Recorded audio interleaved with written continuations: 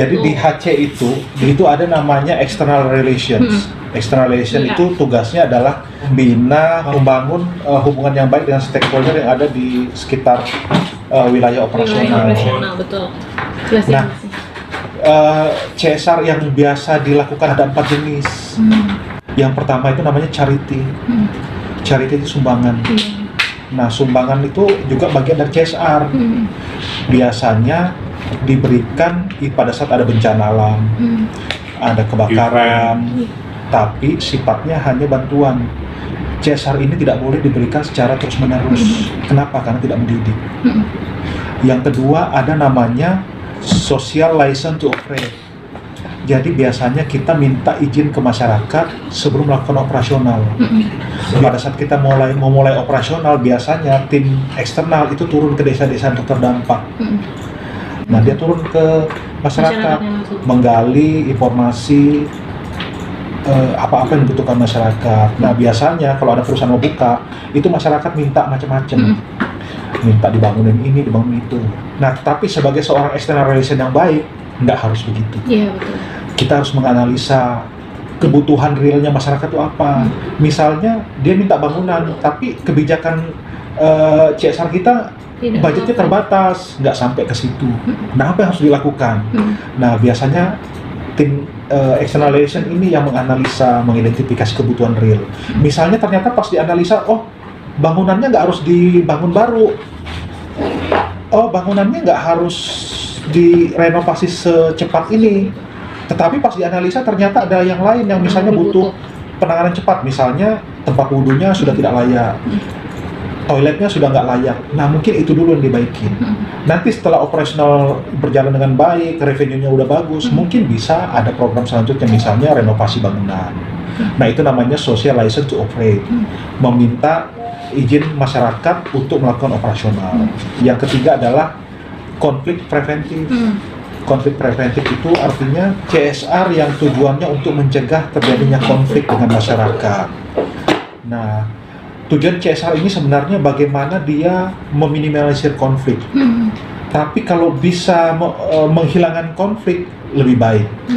Tapi kalau sudah meminimalisir konflik nggak bisa, menghilangkan konflik nggak bisa, maka yang selanjutnya adalah bagaimana caranya memindahkan konflik ke pihak lain. Contoh, kita mau buka operasional, mau rekrut karyawan. Tentu orang-orang sekitar desa itu menuntut dong supaya bisa kerja. Nah, perusahaan itu serba salah. Kalau dia menerima langsung, ada yang tidak diterima, maka dampaknya adalah konflik secara langsung. Nah, bagaimana untuk menghindari itu? Kita memindahkan resiko. Bagaimana caranya? Kita menyerahkan misalnya proses seleksi ke desa.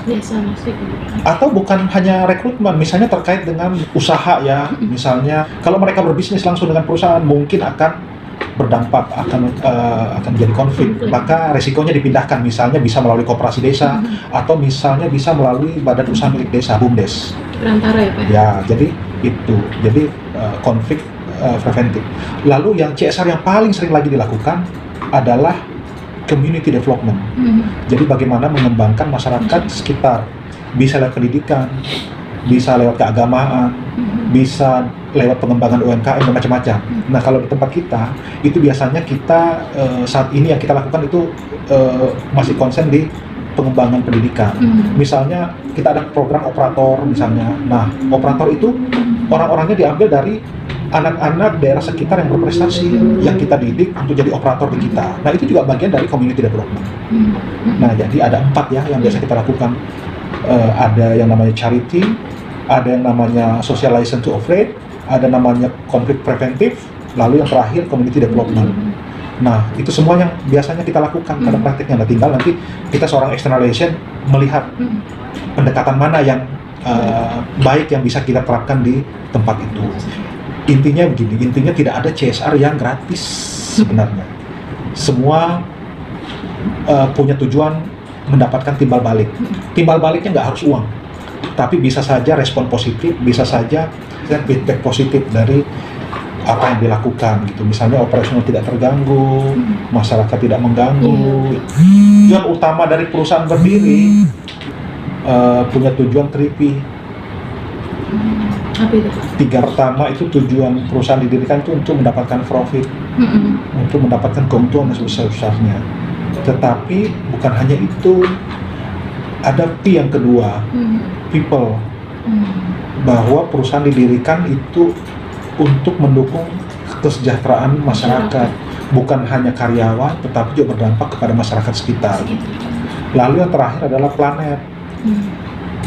Perusahaan didirikan bukan hanya untuk profit, bukan hanya untuk masyarakat sekitar, tetapi usahanya harusnya bisa berkontribusi terhadap kelestarian lingkungan, terhadap kelestarian planet kita gitu.